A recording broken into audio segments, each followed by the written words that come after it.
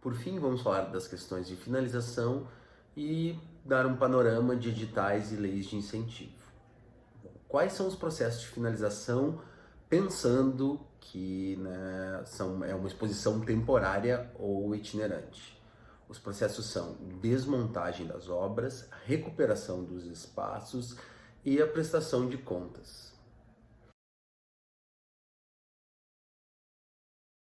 O processo de desprodução de uma amostra consiste em retirar tudo que foi montado ou produzido, né? A gente retira essas obras da parede, faz esses laudos novamente pelo museólogo, né? Ele verifica se a obra não sofreu nenhum dano durante esse tempo exposto e a gente reembala, entrega para a transportadora, que a transportadora leva até os seus respectivos donos.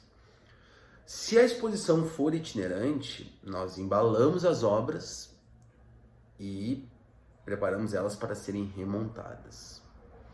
No caso, se tem obras que vão ser doadas, a gente encaminha para doação e, em alguns casos, algumas obras que são de reprodução, a gente destrói, né, conforme foi negociado com os detentores do direito de imagem.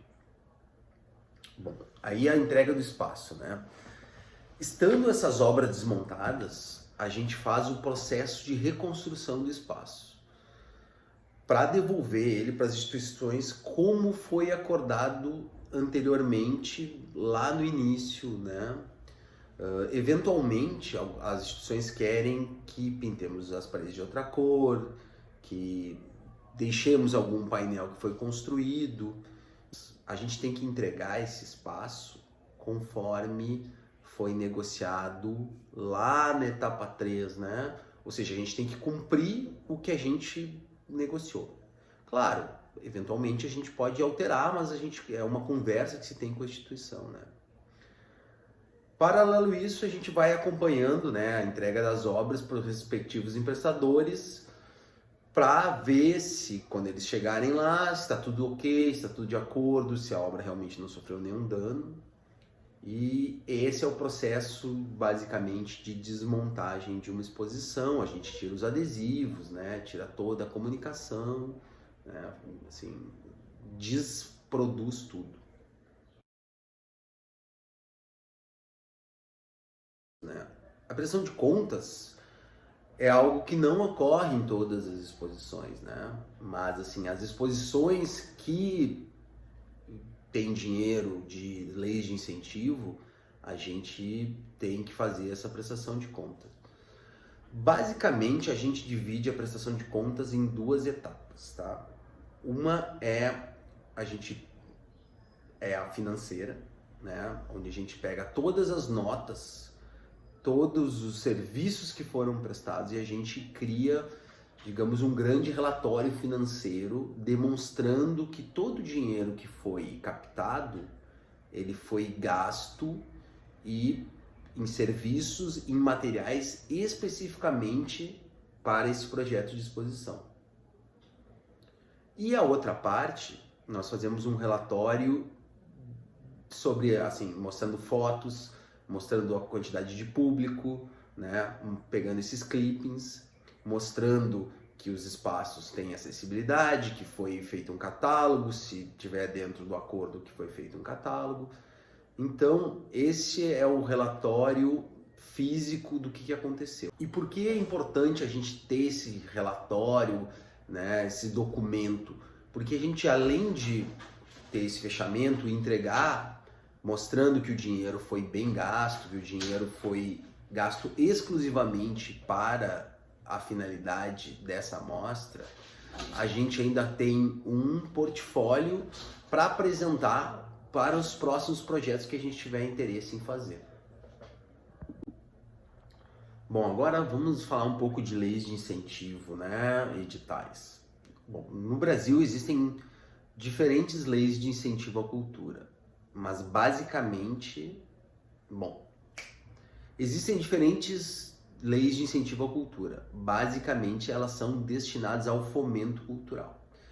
As leis de incentivo podem prever um investimento direto ou indireto. indireto é conhecido por utilizar mecanismos de renúncia fiscal, como a isenção de imposto de renda, por exemplo. No fomento direto, o dinheiro vem da verba pública e é destinada ao incentivo, organizada por meio de editais ou através de fundos de investimentos administrados pelo governo.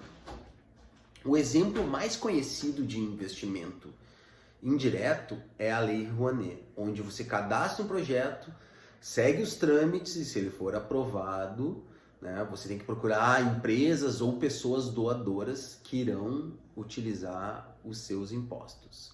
Na Lei Rouanet, a ideia é doar um percentual de imposto de renda, que seria pago ao governo para o projeto cultural.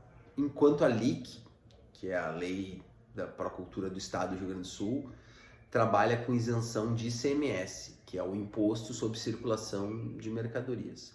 Nesse tipo de mecanismo, você só tem acesso ao dinheiro depois que ele for captado. Por isso, esses mecanismos também se chamam de renúncia fiscal. Como dito anteriormente, no fomento direto, o dinheiro vem das verbas públicas destinadas ao incentivo, organizadas por meios digitais ou através de fundos de investimento administrados pelo governo. Fomento direto acontece por meio de programas de investimentos ou por editais públicos, que podem ser de produção cultural, com diferentes objetivos, ou editais de premiação como este que possibilitou esse projeto que vocês acompanharam. Nesse caso, é comum os projetos serem avaliados pelo seu potencial artístico ou pelo mérito cultural que agregam na sua formulação, além, é claro, do potencial comercial, dependendo do caso. Programas de investimento através de editais, premiações ou fundos de amparo possuem critérios próprios para avaliação dos projetos que estão sendo propostos. Diferente das leis de renúncia fiscal, a forma de seleção, apresentação da proposta e prestação de contas, todas são regulamentadas pelo regime específico do edital. Quase como uma produção à parte, a elaboração de um projeto cultural também perpassa por todos esses caminhos que a produção de uma exposição passa, mas de uma forma mental, de previsão.